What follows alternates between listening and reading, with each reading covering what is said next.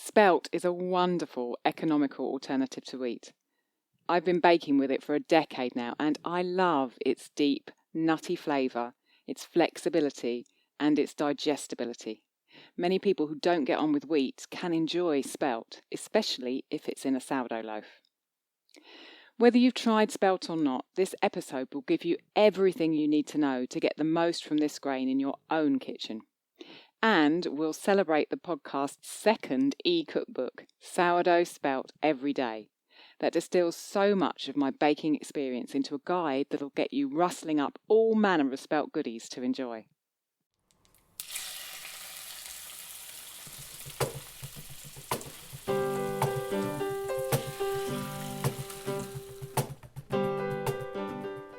Welcome to the Ancestral Kitchen podcast with Alison, a European town dweller in central Italy, and Andrea, living on a newly created family farm in northwest Washington State, USA. Pull up a chair at the table and join us as we talk about eating, cooking, and living with ancient ancestral food wisdom in a modern world kitchen.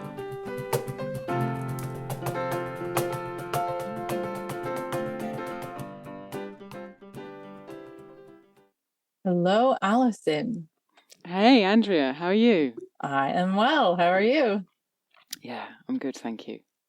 I'm down in my little hole, ready to record and talk to you about something very dear to my heart today. I'm super excited about this one. I mean, this has been in the ether for a long time for you and me discussing it, and then all the work you put into the book over this past year. And then getting to see all of that when I put the recipes into the book and doing the layout and stuff has been really cool. Beautiful. I mean, yeah, I'm so excited. Anyways, this is a long coming episode. All that to say. Indeed. So have you eaten today? Yes, absolutely I did. I had don't laugh, I had chicken noodle soup for breakfast. That's cool. And that's cool. It's the recipe from our first cookbook, actually, except one slight difference. I think in that recipe, I say that I dice everything and then I toast it in the pan and then I add the broth. In this instance, I poached the chicken. Like I took my chicken and I toasted it in the pan, then I poured water in and poached the chicken in that water. And then I took the chicken out, excuse me, and while the chicken cooled so that I could shred it, I diced everything and threw it into the broth. So it all boiled in the broth.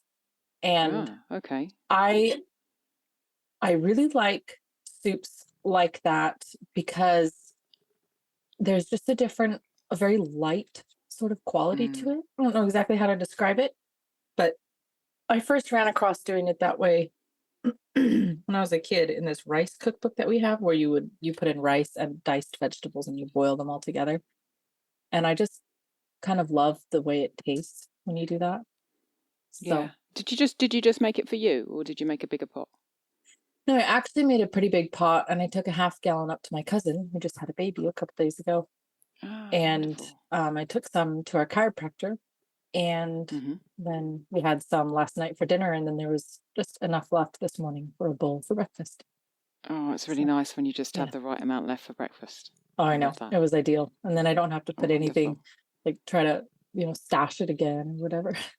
Yeah. How about you? Did you eat lunch? Yeah, we had a beautiful lunch. Lamb, something that I'm not that familiar with. I have like memories of my mum cooking roast lamb when I was a child and absolutely hating it.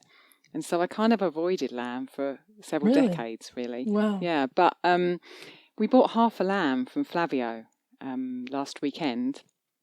And I had all the offal with that as well. So I posted, as you'll seen, I've posted on Discord. During the week, I made a big sort of pate thing with the brains and the tongue and the cheek and the spleen and the liver and all of that stuff. And so we had some of that. But then I had all these different cuts, which are kind of different from English cuts. So I have to get used to how they butcher here compared to how they butcher in the UK.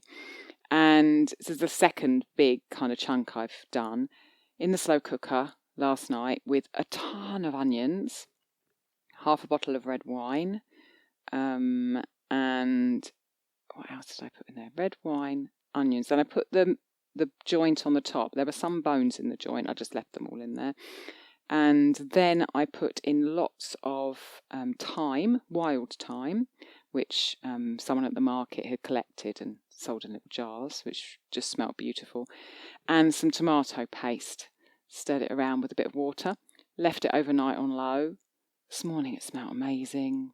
And then just as it came to lunchtime, I cooked a bit of broccoli. And we had the lamb just literally like falling off the bone. So tender. Goodness. Doesn't taste anything like I remember from my childhood, that roast lamb. Just so deep coloured, so flavoursome, with the simple kind of stew, which was onions and the red wine and the juices of the lamb had gone into it. And a slice of spelt sourdough, which we're going to talk about today. And some butter on it today, not lard. Oh, butter. Sauerkraut. Sounds like really a indulgent meal all around. Oh, it was. The meat was so tender and so delicious. It's just completely changing my opinion of lamb. It's beautiful, and I can't wait to have all the rest of the leftovers for several days now. When you bought the half from Flavio, did you ask him, can I have all the organs and bits? He knew that you wanted that. Yeah, I said, well, what am I going to get? Because I kind of want everything. And he said, well, you're going to get half a kidney, half a heart, half a spleen, because other people also want the offal. So whoever had the other half of my lamb had the other half of the organs, which is, something historically I've not been used to, because usually no one wants the offal, it's just me. Mm-hmm. But there's more of a demand, there's more of an alive tradition of offal cooking here in Italy than there is in England. So I got half of everything, half of the lungs as well, just half of everything, literally. Oh, that's half great. Yeah. Yeah. I'm happy to hear it. I mean, I know it's convenient if you're the only person who wants it, but from the farmer's perspective, it's really good if people care about these pieces and are willing to pay for them. Yeah. Yeah. Because it takes as much work to raise the heart as it does to raise, the thigh. So thanks, Gary. Indeed. Just brought me a water. Oh, that's kind. Yeah, and it's in a cute cup too. His brother has a little farm as well, and they made us a cup with their farm logo on it. So yeah, nice. So we're both quite well fed by the sound of it. We've ate, and we're happy. Shall I read? We've got 2 more reviews to read. We're trying to keep up with the reviews because there's so many beautiful ones. Thank you to everyone who's left us a review on Apple Podcasts. The first one I've got here is from Paulette4, and she says 10 stars. We never got that far. 10 stars. As a seasoned woman, I love this podcast. I always learn so much. I look forward to every podcast. Keep those podcasts coming. Smiley face. Succinct and beautiful. Thank you, Paulette. So kind. And 10 stars. Hello. That's a whole constellation. I will read this review from Kvass Brewer. That's a name. Oh my goodness. Mm-hmm. If you've seen the picture in Sandor's Art of Fermentation, those huge barrels that they have in Russia and probably other Eastern European places too. But I remember seeing those when I was there. I'm sure you did too. Yeah. Okay, the title is Demystifying Nourishing Traditions. Prior to finding your podcast, I had bought a copy of Nourishing Traditions. I had thumbed through it only to be intimidated by many of the recipes that contained ingredients like whey and processes like stewing something for 24 hours that I was unfamiliar with. The book just sat around looking pretty. Your podcast broke down all of this for me and gave me the confidence to forge ahead. Now my copy of Nourishing Traditions is permanently in my kitchen and is filled with Post-its of recipes I want to try or that have become favorites. Thank you. Well, that's awesome. Nice. That's wonderful. It's wonderful to hear. That's not the first time someone's told me that they love Nourishing Traditions, but they've just felt overwhelmed by it. And it's really wonderful that someone has actually thumbed through that and started using it. And just like my book, I've got Post-it notes everywhere. I know, me too. In my Nourishing Traditions. Yellow ones for the ones that I want to make, green ones for the ones that are favorites that I want to get to quick. Oh, well, speaking of cookbooks, Allison, we have to talk about this. Indeed. I'm so excited. This is like the presentation of a new child or something. Yeah, it feels like a baby for sure. Because our second cookbook, which we've been working on for the last kind of 6 months, or actually for the last decade, but I didn't realise that it was all 10 going to go in years. a book back then, is out, and it's called Sourdough Spelt Every Day. You can Yay! go to our new website. We've finally got a Twins! website Another that baby. is just for the podcast, which is ancestralkitchenpodcast.com. So you can go check out our new website, and if you put /shop at the end of that, or choose the shop option from the menu, you will see our beautiful new book, Sourdough Spelt Every Day, alongside our first book, Meals at the Ancestral Hearth. And maybe if I can get something organised, we'll organise a way that you could buy both of them at the same time. Maybe I can get that done before this goes live. So yes, we are going to talk all about spelt sourdough today. And I know that you've got questions, Andrew, and some questions that have come in from people. So let's start with wherever you want to start, really. Well, let's start with why you even use spelt and how you kind of got started with it, because I think that's a really interesting story. So yeah, I wrote about this in the introduction of the book, and I called it Spelt a Love Story, which frankly it is. When Gabriel was very, very young and we were living in Cornwall, I was coming back to bread. I hadn't eaten a gluten grain for a decade, and I tried a spelt loaf, or I tried a loaf. I didn't know it was spelt when it was bought, because Rob bought it for me. And I was just like, wow, this is absolutely amazing. I have to bring this bread back into my life. I have to learn how to make sourdough, and what is this grain? And then I realised it was spelt, and I'm okay, what's spelt? I've heard of it before. So I started kind of digging, and I knew from then really that I wanted to learn to teach myself how to make sourdough, and I didn't want to work with wheat. And so I looked around at what was available and grown relatively close to me, in England, and I bought them all. So I tried rye, I tried emmer, I tried acorn, and I tried spelt. And Rob loved the rye, and the rye worked really well for Rob, and I still regularly make rye sourdough bread, and I have a course which is over at the fermentation school about how you can master rye sourdough bread, and that's all wonderful and lovely. But I really love the taste of that spelt out of all of the grains. And the other thing that kind of pushed me towards spelt, rather than the other two grains, emmer and einkorn, which are kind of similar to spelt, is that spelt was and is substantially cheaper than emmer and einkorn.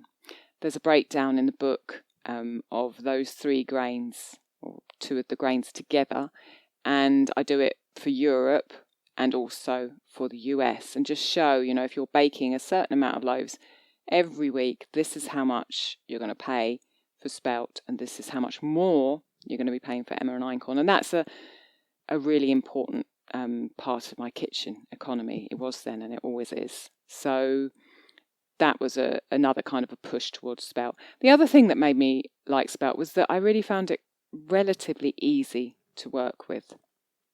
I think that emmer and einkorn are perhaps slightly more difficult, and spelt, obviously there was a huge learning curve for me, because I'd never baked sourdough at all at that point.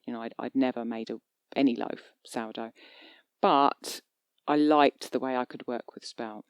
So it's kind of a perfect storm of the flavour and the taste and the cost and the flexibility and ease of working with it. That's how I ended up eating it every day and making those loaves every week in the kitchen. Yeah. Well, definitely from, I got my bag of spelt grains so that I'm ready to buy the cookbook, as it were, and bake with it. And I learned just from putting it together and reading it. that it is significantly easier to work with than einkorn, which I have worked with for several years now. Yeah. So yeah, definitely. All of that you put into the book. I mean, you learned from flops and too many, accidental things that turned into fortuitous things, and accidental things that turned into like, okay, don't do that. So you put all that in. And for anybody who's getting the book, you'll get 2 copies, the same with the previous one. I should make sure people know this. So when you buy book, you'll get 2 links. And one is a printable version where we put all the photographs in the end. And there's a lot of beautiful photographs, and they're very helpful. When I saw them, I was like, oh, okay, I see what she's talking about now. So they're really helpful photographs, but also beautiful photographs.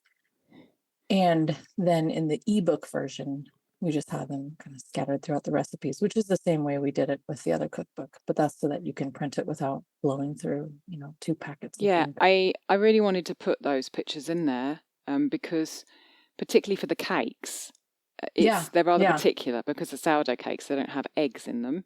So it's important, I think, for me to try to give as much guidance as possible to this is what it should look like at this stage. Yeah. This is what it should look like at that stage. Yeah, the crumbly thing with the cakes is really helpful.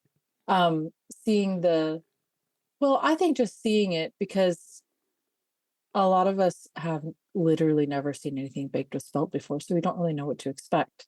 Yeah. And just the picture on the cover of the book, which probably everybody is seeing if they have seen this episode, they've probably seen that picture floating around, then showing the sliced bread, that shows how tender and delicious it is. And you also put links to videos as well. So when you get this book, you're really getting a lot of resources. The videos again are there to show process. I wanted to, for example, with the pizza, it's showing you how I go from that ball of dough to a really thin and crispy pizza, how I use my hands to work it out on the surface. So you can actually see me in my kitchen doing it. Yeah.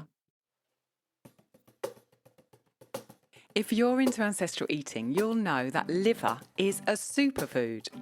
Full of vitamin A, K and a whole host of B vitamins, plus many essential minerals. It has a truly exceptional nutrient profile and is a staple of traditional healthy diets. But it's not always as easy to get liver into our lives as we want.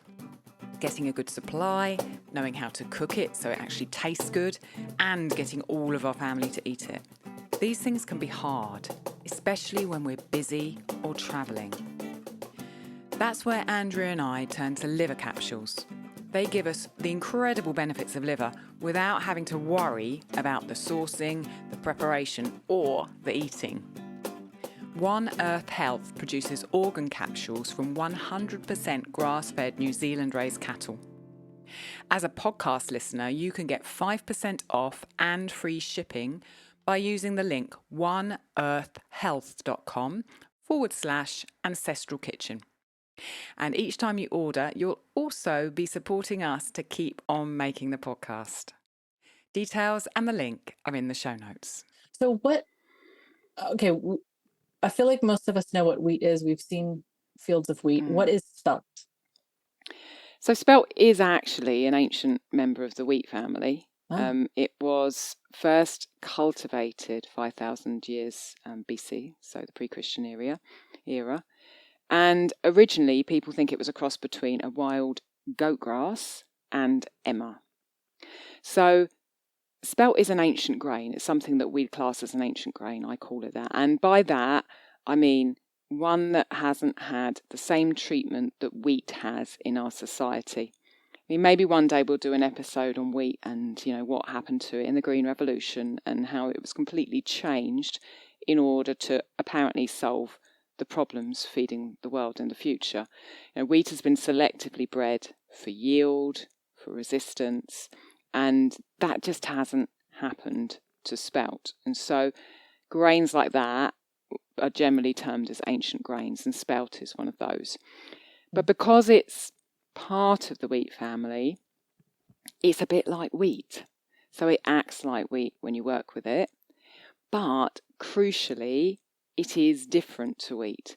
So the grain of spelt is genetically purer than wheat. It has a different type of gluten and a lower amount of gluten in it than standard wheat. And because of that, some people can tolerate spelt when they can't tolerate wheat. Now, spelt isn't suitable for celiacs because it does have gluten in it, but the difference in the type of gluten and the amount of gluten can sometimes make a big difference to people. It makes a big difference to Rob because Rob has a long history of a serious wheat allergy, and he can eat my spelt bread. So that, that's a wonderful thing. And why? Okay, so it's from the wheat family. It hasn't been, fiddled with. Yeah. We spent too much time together. It hasn't been fiddled with. And I think I'm thinking of a couple of friends of mine who they can't eat wheat, but they actually can eat spelt. So yeah, you're totally so you've got some totally examples accurate on that too. So I can think of that too. Yeah. And then why should I bake with spelt? Well, the first reason why you should bake with spelt is that it tastes wonderful. It tastes amazing. Yeah. It's deep, it's rich, it's more flavourful than wheat. It has a nutty flavour. It's a wonderful, wonderful flavour. I think you should bake with it because it's an ancient grain, which is just generally a nicer thing to have and a nicer thing to put in your body than, in my opinion, than wheat.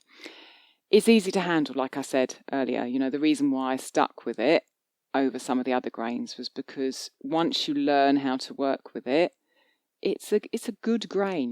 It behaves. It's relatively easy to get to understand how to work with it simply. And yes, it is more expensive than wheat because spelt is lower yielding than wheat, because it's harder to thresh than wheat, and like we were just saying, because wheat's been commoditized and spelt hasn't.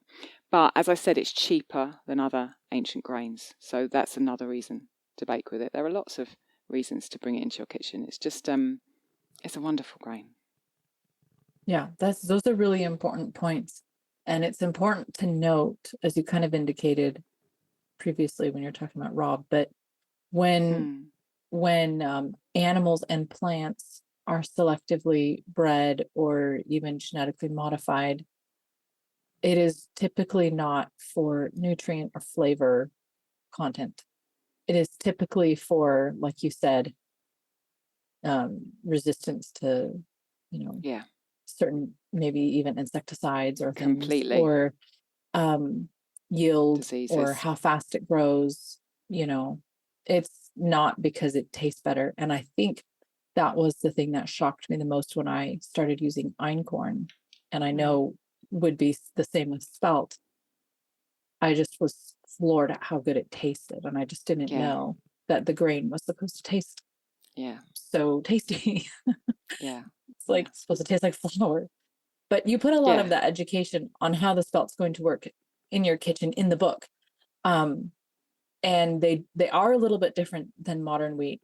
And we've just gotten really used to the way wheat behaves with these insanely high gluten levels that are not historically accurate, shall we say. So you put lots of good explanation on things relating to that in the book, although it really doesn't seem like it's that complicated when you break it down.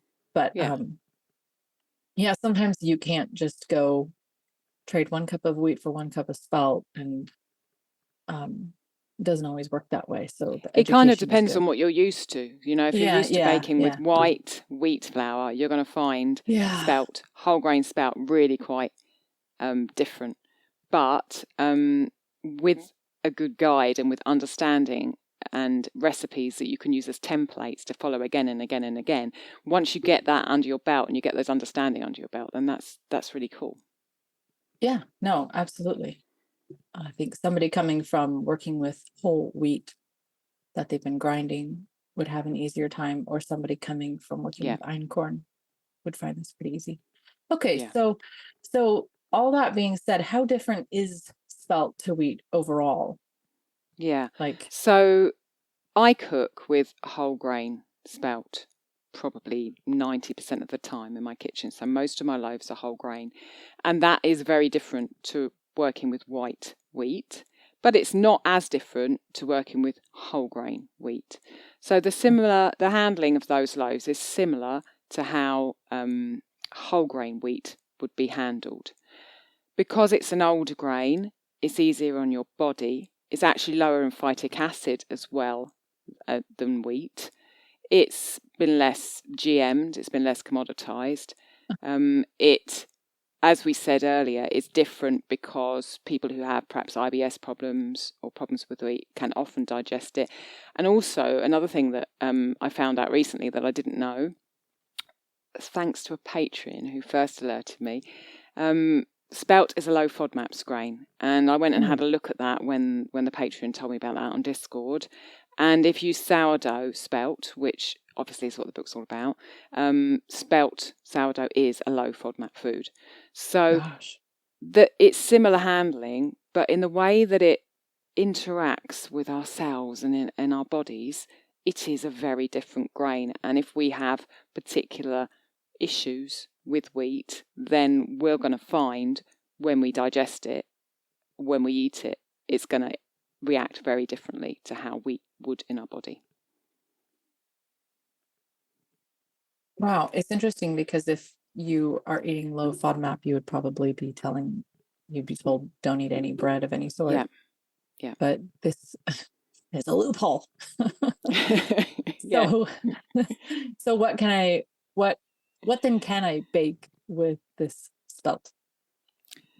So basically, I bake anything with spelt. If you put any recipe in front of me that's made of any grain, I will just go, okay, I could swap that out for spelt and I could do this. So really, I've come at it in my, decade of baking with spelt, just anything, literally anything. So you can make loaves, you can make simple, straightforward, everyday loaves through to really complex loaves that have got add-ins in, that have got nuts in, that have got scalds in.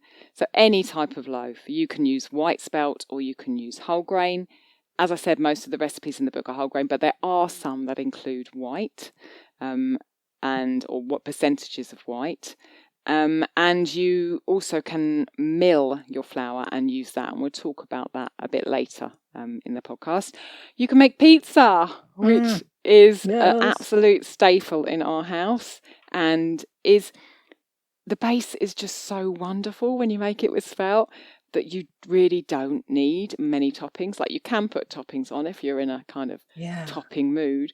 But very often I'll make spelt sourdough pizza. And I'll be eating it up there with Gable and Rob. And they'll just be like, the base is so lovely. So literally a little bit of lardo or just tomatoes and a tiny bit of pecorino on the top of the pizza. And you don't need anything else because the base is an incredible treat in and of itself. That is not true of the pizzas that you would buy like at these pizza, I don't know, like the super cheap restaurants or whatever, where people don't even eat the crust, and also they bury it under so many flavors, and then it's just not any good. That's the thing. It seems to be all about the topping these days. Right. Whereas we did an episode on pizza way back. If you want to go back into the annals of our wonderful podcast, you can find that pizza episode. But really, pizza, especially in Italy, where it came from, was about the bread and then a little bit of something on top. And you don't see massively topped pizzas being eaten by Italians because it's about the bread. Whereas now, if you go to, like you said, a mainstream pizza restaurant, the bread is of such poor quality that you need like 15,000 toppings on it to make the pizza nice. Whereas when you focus on the good ingredients and a good process, a good fermentation and a good baking of a pizza base, the actual bread is a joy, a complete joy in and of itself. Delicious. So I'm going to just keep on talking about what pizza. else? We What carry else do on. you make? So you can make enriched breads that are sweet. You can put eggs, you can put milk, you can put things like that into breads made of spelt. You can make cakes, and I've made lots of cakes and muffins with spelt. You can make pastry from spelt and use that in a savoury context as a kind of a meaty pie, or you could make, for instance, apple pie with your pastry. And you can also make pancakes. I mean, really anything, anywhere where you might use wheat. In my book, and literally in my book, you can use spelt. Oh, I love it. Okay, so I'm feeling pretty sold on this. Good. Yeah, I love like the it. idea of the pizza tasting good, the cakes and things like that. And don't have to, blanket them with flavors and things because they're already delicious. So where do you get your spelt? Where can I in the US get spelt? Where do people get spelt? Yeah, okay. So spelt is grown in Italy, and I get my spelt from a mill here. And previously I used to buy it as flour, which was ground in that mill. Now I have my mock mill. I am buying it as grain and grinding it in my kitchen. Before I came to Italy, when we were back in the UK, when Gable was first born, there was spelt growing in the UK too, and there still is. So I was able to buy spelt from a local mill in England. And really that's what, we always suggest to people listening. Look at your local suppliers first. And, I know it's grown in the US. I know it's grown in Australia because Ellie gets it from a biodynamic farm and uses it. And I know it's grown in Italy and in the UK. I've been talking to a lot of patrons on the Discord forum, and they've gone in and seen, I've found spelt in my local place. Up in Canada, sent me pictures of packets of spelt flour from local mills. So, you might be able to find it in your local store. Go and ask them if you don't see it. I was in Florence looking for some spelt flour when we first got here, and I was looking on the shelves and there wasn't any. And unbeknownst to me, the guy who ran this restaurant and shop was really, really famous. He runs a restaurant called Cibreo in Florence, which is all about kind of cooking offal originally. And I didn't know anything about him, and he came over to me and said, "Can I help you?" And I said, "I'm looking for spelt flour." And he said, "Oh, yeah, they've got some up in the kitchen. I'll go and get you a bag." So he went to talk to one of his minions, and they came back. Literally, they just took some of their flour out of the bag, out the back in the kitchen, and gave me this big bag of flour. And I got home, but actually what happened was I went to the checkout, and they had a TV screen above the checkout, and it had his face on it. And I thought, that's the guy that just got that spelt flour for me. And it had his name and a book that so I went home and looked him up, and he's like super famous. Oh my goodness. And he'd given me my spelt flour. Anyway, that was a diversion. So yeah, look for it locally. But if you're not able to find it locally, I know there are distributors, that's the word, in the US for sure, and certainly in the UK, that you can get it shipped to you. So Azure, for example, in the US has spelt flour, and other mills like Hayden Mills and Bob's Red Mill, they have spelt flour. So you can, if you can't find it locally, you can order it in from a more national supplier.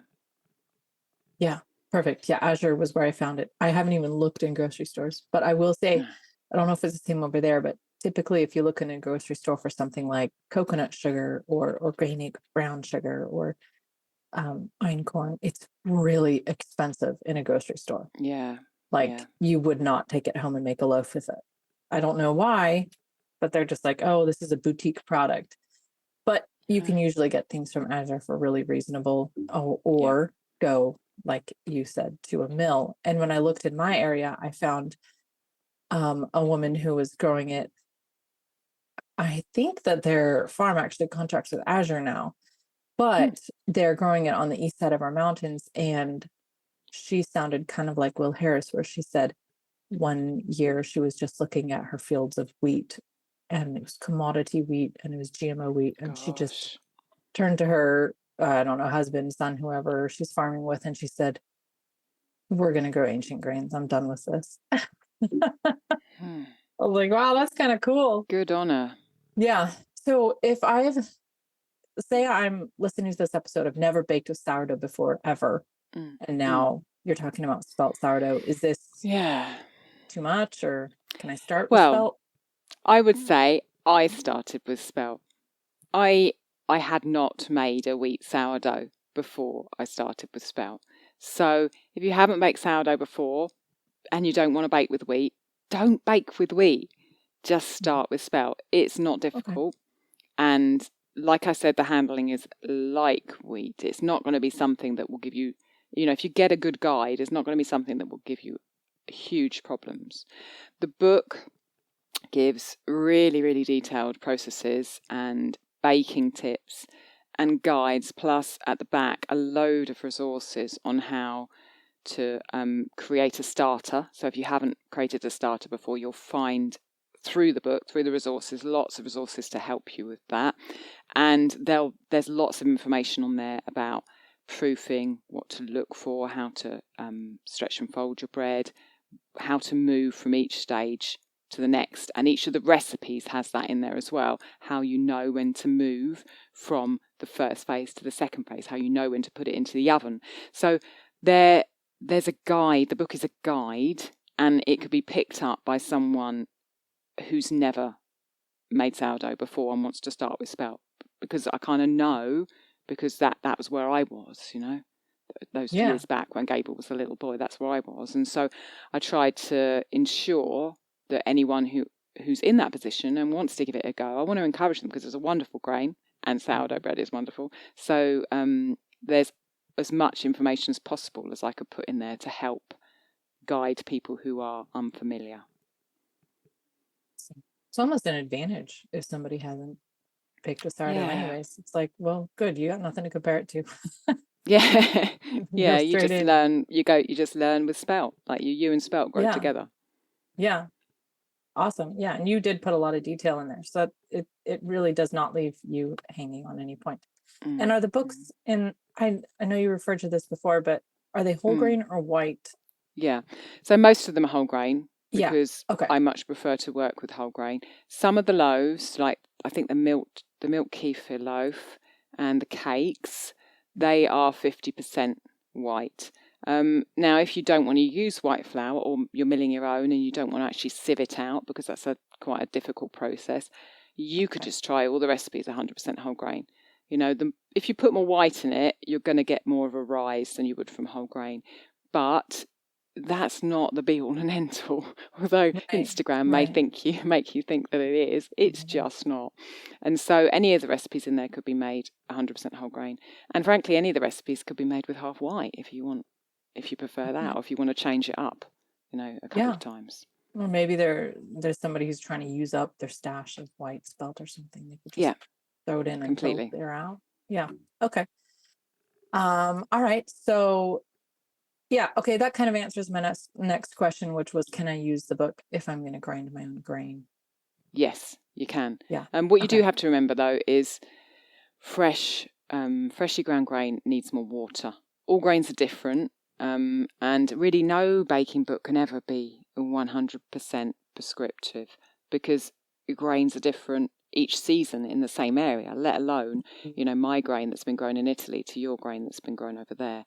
So it's important to experiment if you're using freshly ground grain. I've given guides on what to look for, in the recipes. So, rather than saying this is how much you need to use water, this is how much you need to use flour, just go with it. I've tried, with the inclusion of the videos, with the inclusion of the pictures, I've tried to explain this is what to look for. This is how to know if your consistency is good. And therefore, that will help you, if you're grinding your own grain, to know how much extra water you may need to add in. Okay, because then I could just see, this is the look that I want. I need a little more moisture. Yeah, exactly. And I've noticed, starting to mill my own spelt, that it does need more water, exactly the same as the rye. It needs more water. And it just takes a few goes for you to understand how the flour's going to work with your particular flour. and to try the water, and you go, oh, that one was just a bit too stiff and it didn't rise much because of that. So the next one I'll put in another, 30 millilitres of water, and therefore it's a bit better. Yes. Yeah, go on. And well, I was going to say, this is definitely something that I learned by trying to write recipes down. And it's something that you realize is missing from our general food culture, which is, you want to say, well, put in enough water until it's like a wet dough, until it looks just right or something. And it's kind of hard to explain sometimes, but people are accustomed to very, like, with a lot of commoditized foods, it's super predictable all the time. So you can say, put in exactly this amount, put in exactly that amount, and it'll come out exactly this way every time, 100% of the time. And I think and white wheat true. flour, if you buy it from a supermarket, probably has the ability to be more prescriptive about. But when you're buying something other than wheat, and you're buying it from a local supplier, and potentially you're also milling your spelt, then it is going to be very, very different. When I wrote the book, I wasn't milling. I hadn't bought that mock mill yet. So all the recipes are written with flour that I bought from a mill in mind. But now I'm starting to mill. I can see the difference. If you want to see the reasons why I bought the mock mill and my mock mill, you can go to ancestralkitchen.com/mill, and I will put that link in the show notes in case people are curious on that. No, I think that's good, because you definitely, the conversation we had in the patron group, I think everybody was like, all right, I'm going to go buy a mill now. Like, it just happened. Yeah, it's completely changed my life. All sold on it. So, yeah. Okay, good. Yeah, you put a lot of detail in there where you said, hey, in the winter, you might do this. In my cold kitchen, it's like this. In my warm kitchen, it's like this. Yeah. So it's just important to be tactile with our food. And I think this is a good bid for doing the same recipe over and over and over. Completely. I mean, that's how I've learned that all these recipes in this book I have cooked unbelievable amount of times. And that's how I've learned. And when I moved from England to Italy, I had to learn again, because I've got a different flour. I've got different things going on in my kitchen. It's different temperatures, it's different humidity. So that's the way to really make it become part of your being, part of yourselves. It's just to do it over and over again. Yeah. Hey there, thank you for being a listener of the Ancestral Kitchen podcast. It means so much to Allison and I when you post a review on Apple or Spotify, or share about the podcast in your stories, or send us a message and let us know what it means to you, which is hopefully something good. You can also sponsor the podcast through our Patreon account and help Rob buy weird gadgets to edit out my coughs and microphone bumps in the background. We have a variety of different levels you can choose from, and a bunch of different benefits you can enjoy, ranging from additional interviews to video content and downloadable goodies. Check it out at patreon.com/ancestralkitchenpodcast. What do I have left on my list? This is a good question, and I don't think you've answered it yet. If I have a wheat sourdough starter, can I put that in the spelt recipes, or do I need to start a new starter? Yeah, no, completely. Absolutely fine to use. Yay. I'm not prescriptive about what starter you use. I maintain a rye starter in my kitchen, and anyone who's seen my course, 10 tips on creating and maintaining a sourdough starter, or heard me talk about starters at any point, will know that I use a rye starter, whole grain rye, because I just think it's a powerhouse for starters. So normally I use a rye starter in my spelt breads. I have used both rye and spelt starters for these recipes. So you could use a rye starter, you could use a wheat starter, you could use a spelt starter, you could start a spelt starter if you want, you could use whatever starter you want. What's important over and above that is that your starter is active and strong. And there are tips for how to achieve that, and how to know that that's the case in the book.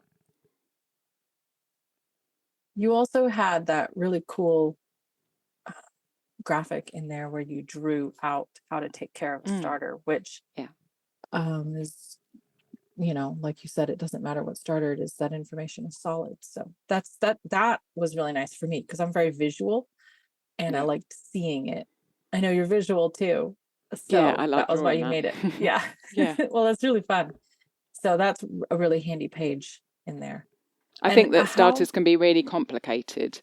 And yeah. if you just put it in a diagram with pictures, sometimes it just clicks in a way that the words don't, Yeah, no, totally. But if I want the starter to be totally spelt, can I switch? Like, how do I switch? Yeah. Yeah, so no problem. So just start feeding it spelt. I would use whole grain, not white, because whole grain flour generally is more active. And literally in a few days, it will be converted. If you want to be more measured and do it gradually, whereas I'd just be like, bung spelt in there. You could mix in 50% spelt along with 50% of your other flour for a few days, and then you could up that percentage gradually over a few days. But, after 5 or 6 feeds, there'll be such a small percentage of the other original flour in it that you'll have a spelt starter. Yeah. Okay. All right. Cool. So then I think this is doable. So now I actually know because I put it in, but I want you to tell me what did you put in the book? You kind of alluded to, I make everything with spelt, and you said some things that sounded very delicious. So what all is in there?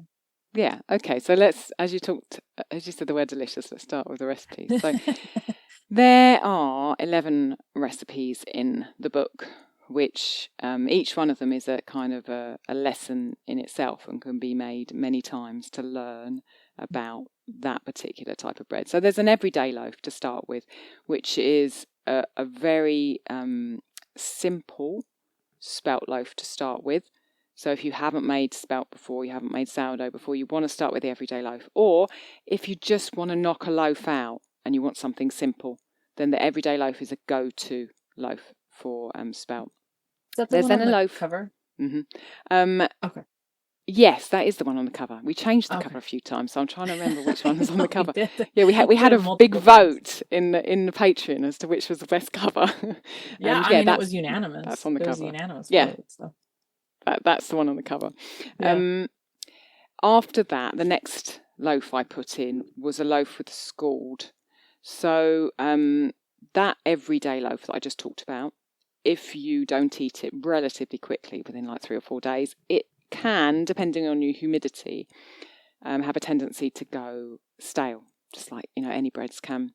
The way that I found to get around this is to use a scald in your loaf, and a scald just means a portion of the flour is held back and mixed with water and cooked like a porridge and added into the loaf. So there's a recipe for a spelt loaf that uses the scald, which will give you a softer crumb and also enable that bread to last longer and still be moist, after 3-4 days. That's in there. Then there's the loaf that I got invited to a dinner at Flavio, my farmer's house, a couple of years ago, and I wanted to take a loaf because obviously he was doing all the meat, being my farmer, and so I wanted to do something quite special. So I came up with a loaf that's got chocolate malt in it and hazelnuts, and it's just a beautiful loaf. That one's in there. Then there's a not sourdough recipe, because there is a naturally leavened bread that is risen with milk kefir. So I will guide you through how to create a starter using milk kefir, and then we'll use that starter to make a loaf. And that loaf is really special because it has a different flavour profile to the other sourdough loaves. So most of the other sourdough loaves, you've got that kind of strong sourdough flavour. Whereas the milk kefir loaf, because milk kefir is dominant in lactobacillus rather than the other sourdough bacteria, acetic, gives an acetic flavour, then this loaf is just smooth and creamy flavour because it's got that lacto flavour as opposed to the more vinegary flavour. And it's really fun to see how live milk kefir can create you a loaf of bread. That's one that, and we talked a little bit about how I first worked with spelt and the failures, and what I didn't say was that I had people who helped me through that period. I had a particular mentor that I found, and I worked with him to make that bread. And he said to me, I'm making this bread with milk kefir. And I was like, really? How do you do that? And so he taught me that bread, really. And then I've gone on and made it my own. And I'm still making it many, many years after having those wonderful interactions with him. So that loaf's in there. Then there are pancakes, which you do not have to use eggs to make, which are wonderful. One can be 100% spelt, or you can play around and put different flour in. And you can eat them sweet or savoury. There's the pizza, which when I first put that recipe out into the world, I remember that there was a wonderful woman called Lucy who was cooking up a lot of my recipes, and she wrote on my blog, "This is the best pizza I've ever eaten." And when I talked about it earlier, it is really amazing. That's a great review. And when I read that, you can imagine how happy I was. I was like, yes, someone made it and they love it. It's wonderful. And knowing it's not just you that thinks it's so good. It really exactly. Is. Yeah. So that recipe's in there, along with kind of lots of ideas about how best to bake it, the options for baking pizza, how you can transfer the pizza. There's videos, like you said, on how to actually shape the pizza. That one's in there. And there's a cute picture of baby Gabriel. The there's a picture of Gabriel from quite a while ago when he had short hair kneading the dough. There's also a loaf that we make quite a lot because we render our own lard. We have lard cracklings left over, and I came up with a kind of a spin on a traditional Italian loaf that would have been made with the cracklings, and so that sourdough spelt lard cracklings loaf is in there. There's also a ball which was inspired by the Scottish oat ferment suins that I make, which comes up with a wild fermented porridge, and I put that porridge into the bread and made a ball with it, and it changes the consistency of the dough, and it changes the crust, and it changes the flavour, and that's a wonderful loaf. That one's in there too. And then we've got the cakes. So there are 2 cakes in the book, which both of them really were developed to give to Gabriel, who can't eat eggs, my son, who can't eat eggs. So both of those are risen literally just with sourdough. There's a carrot cake, which is beautiful with almonds and cinnamon on the top. And then there's a chocolate cake, chocolate and banana cake. The banana softens the crumb, and that one you can make single sandwich and just enjoy it like that. Or I've made it a couple of times, and there's a picture of the book of it made, as a double kind of sandwich loaf and sandwiched together with whipped cream. That's rather luxurious. That looks really nice. on the one on the pretty plate, that one, or the one yes, that's right. Yeah. Oh man, exactly. So that's yummy. And then the other recipe that's in there, which is one that you made me put in there, is a pastry for a pie. So a pie pastry recipe using lard or butter and sourdough and spelt, and it's written for a savoury pie. And there's actually, when I was testing it, I had a recipe that I quite liked for the filling that Gabriel liked, and so I put that in the book too, and that uses sourdough discard to thicken the filling. So there's lots of information on pastry in there, and you could adapt that recipe to make it sweet too if you wanted to put a little bit of sweetener in it, and like I said, use it for apple pie or something like that. So those are my beautiful baby recipes that are all in one place in this wonderful book. And then, as you've kind of talked about, and I've talked about, there's loads of other stuff in the book. And there's all those photographs that you wonderfully organised to explain things. So there's information about spelt in general. There's, as I talked about earlier, the economics of buying spelt compared with other grains. So you can actually see the cost of the grain and how different that is to other ancient grains. There is all manner of advice on baking equipment, tins, oven information, everything that you need and don't need in order to bake sourdough. There's information on proofing setup, there's information on scoring, on storage for your breads. There's ingredient information, so there's information about your flours, your water, the starter. There's guides for how so you know how to move from one stage to the next in the process. I wrote a document for the book that is 8 tips for better sourdough baking. So there's some general sourdough baking advice in there. And then there's tons of resources, links for other articles that I've written, courses, videos. Really, there's a heavy wealth, as well as those 11 recipes, of extra support, guidance, inspiration, tips, all that kind of other stuff around it. Hey, you washing the dishes. Been there. You've heard Allison and I talk over and over about her love of rye sourdough bread. Well, I might actually call it an obsession, but that's neither here nor there.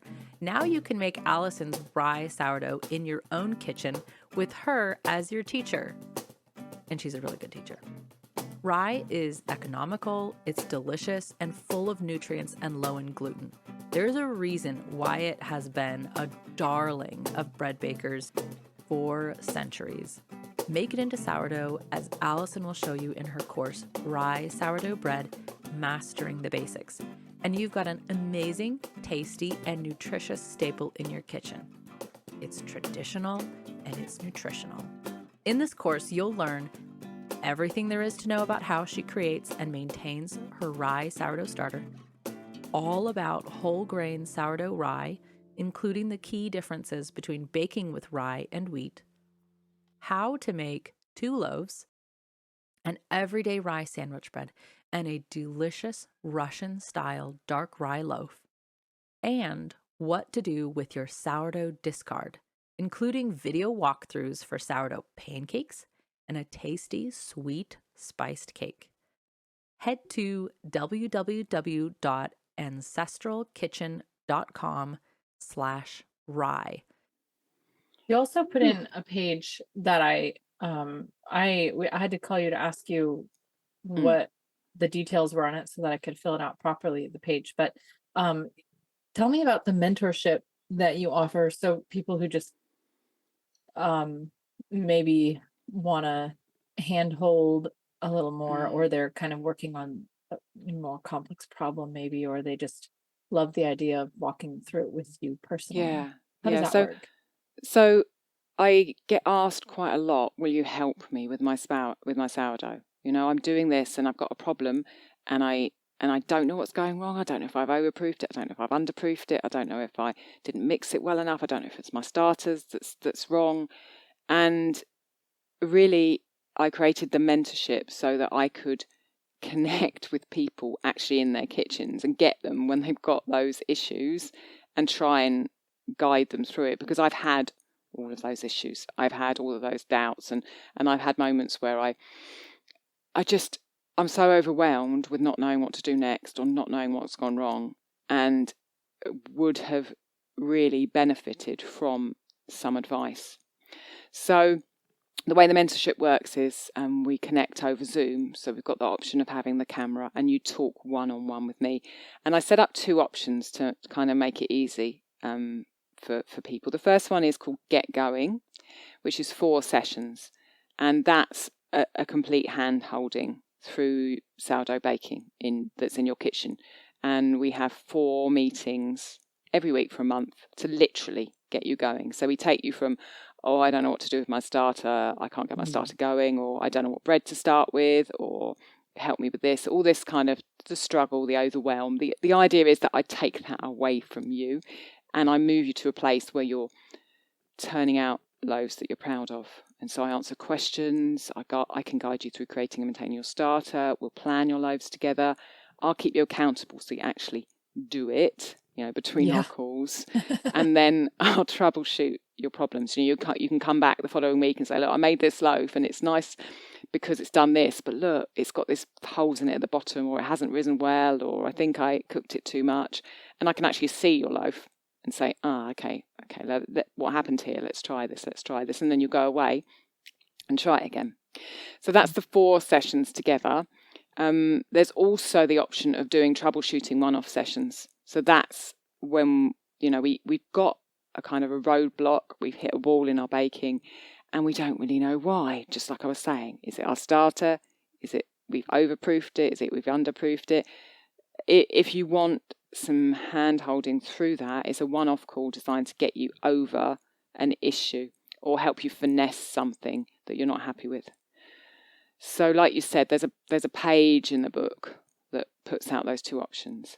And if people want to go and look at it now or when they're listening to this, they can go to ancestralkitchen.com/shop and you'll see the book in there and all my other courses. But you'll see two options there. One's for the get going with ancient grain sourdough and the other one is for the troubleshoot ancient grain sourdough. So the information on the mentorship stuff is right on that page, you're saying? That's right. Yeah, you can see all of the things that will happen and how it works. Good. It's all there. Yeah. That's nice because I'm thinking about how you said, I mean, I know you and I've talked at length about this sometimes on the podcast and sometimes just when we're chatting about how much time you spent in those forums and going back and forth with people, really helping you drill down into details. And now you're referring to, this guy who helped mentor you and now you're writing a cookbook. You know what I mean? Like this, you can take mentorship and go, really far with it. Which is amazing. So that's cool. Somebody could take this and say, hey, you had never baked with sourdough. You hadn't even eaten grains in 10 years. Yeah, so, completely. And you got to the point you're at now. So that's fantastic. Yeah. Well, I know I said at 8, but I am starting to get hungry again. So what recipe should I start with in the book? What would you say? Like, I have a bag of grains upstairs. I have a mill. Yeah. Colleen also has a bag of grains. We're going to make something. What should we start with? Okay, so I would say if the person listening is asking that question, I know that you're not a beginner. But if you're a beginner, I would say start with that everyday spelt recipe, the one that I talked about at the beginning of the recipe section. I think I would want to start with there anyways. Well, you could start with there. My way from the beginning, Because then you'll understand how spelt feels. You'll feel it working. You'll feel it. You'll see how much water it needs. You'll see what happens to it as it's proofing. You'll see, when you put it in the tin, how much it's going to rise in that tin. You'll see all of that so clearly through a simple recipe. And so you'll be building foundations that will help you, move on much more quickly into more complicated recipes. So okay, I think you and Colleen then should start with the everyday spelt. I would say if people have baked with spelt before, then just explore the book. I mean, pizza obviously is wonderful, so you could start with a pizza. Or if you've got something coming up that you need a cake for, then have a few goes with one of the cake recipes and play around with that. It's just exactly. It's go with your joy. Once you've got that basic knowledge and experience and intimacy with the flour that you're using, then really any of the recipes or any spin-offs on any of the recipes that you want to conjure up yourself, it's endless. Absolutely. I think I kind of want to do pizza. Well, pizza. Obviously. I mean, you really sold us hard on the pizza. Yeah, so. Can't help it. Love it. Here's a question I should have asked before, but I didn't think about it until now. But thinking of Colleen made me think of it. She'll be using a gluten-free sourdough starter. Is that going to be fine? Yeah, that will be fine. Yeah. Okay. The result might be different to how it would if you'll be using a spelt starter or a starter with gluten in it. But the main thing is if it's strong and it's got that bacteria in, it's going to do the work. It might act differently to one of the gluten grains, but it will work, yeah. I mean, I don't know if you saw her loaf in the patron group. Oh, I did, gluten-free sourdough. So I know she's got a bump in sourdough starter. And I'm assuming this book is $150 of everything that's in it. About how much is it really? So the book is the same price as our first ecookbook, $12. So Meals at the Ancestral Hearth was $12. I think just keeping it simple this one is $12 too. Okay. I don't know if it's got more pages than the Meals at Ancestral Half. It's got a lot of pretty pages. long. It's got a lot of pages. It's I know pretty that. long. I'm like, actually, let me jump over right now to the document. It is A lot of pages. 70 pages on the printed version. Okay, and then the ebook version is going to be longer, do you think? Yeah, it'll probably be twice as long, at least. Yeah, so it's a lot of pages. It's Yeah, really and good I think value. the last 15 or 20, 55, Oh, the photos. Yeah, the last 15 pages are beautiful photos. So you don't have to print those pages. That's why we formatted it that way. Yeah.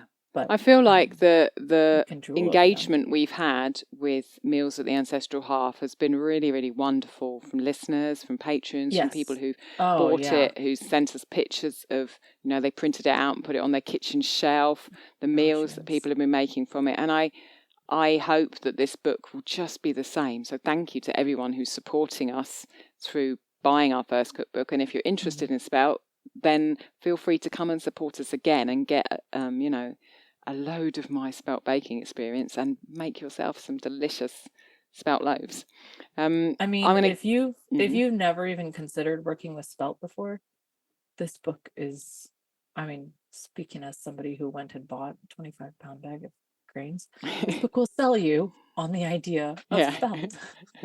And you can find it, as we said earlier, on our new site, which is ancestralkitchenpodcast.com. Is this episode the unveiling of that website? So many things happening on this episode. Exactly. So our beautiful new website, which has been, I don't know, how long has it been in the workings?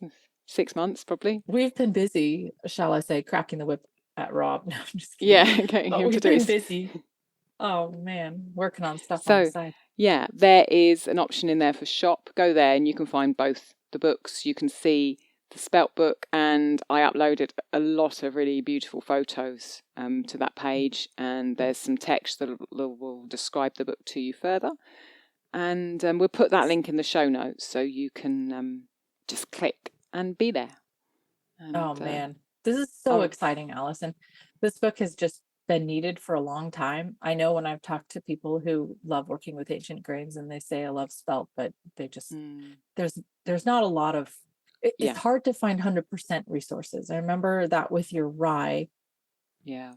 You making the 100% rye loaves, and Sabrina said, everywhere I look, there's rye loaves, but they're half wheat, half rye. Yeah. And it's because it takes dedication to the process to get to know those little idiosyncrasies in the grain and to be familiar with it. And you really took the time to do that. Hence, you were able to produce these 100% Spelt, 100% rye recipes for us, which I'm so excited that we have this Spelt book now. Super, super excited. Thank you. It's been such a reward in so many ways, in the health of my family and in the organisation of my kitchen and really in the flavour. It's been a joy throughout it all. Really has. Would love to see, like you said, people were sending us pictures and patrons post pictures of things they made. But if people share pictures of things, it'd be cool if there was a place on your website where we could share them. Pictures of things people made out of the book. That'd be like a fun page to look at. That's a nice idea. Put it on the list for Rob. I should get Rob onto that, shall I? Yeah. After he's finished the website and done the washing up, I'll get him on that one. We'll give him a minute to recover and then be like, okay, I have another project for you. It's okay. He's such a good sport. Thank you for all your great questions, Andrea. It's been a lovely episode. Thank you for answering them. This was lovely, and I feel so confident now, and I'm very excited to make my Spelt pizza. Get going. All Enjoy. Right. Bye for now. Thank you, Alison. Bye. Bye.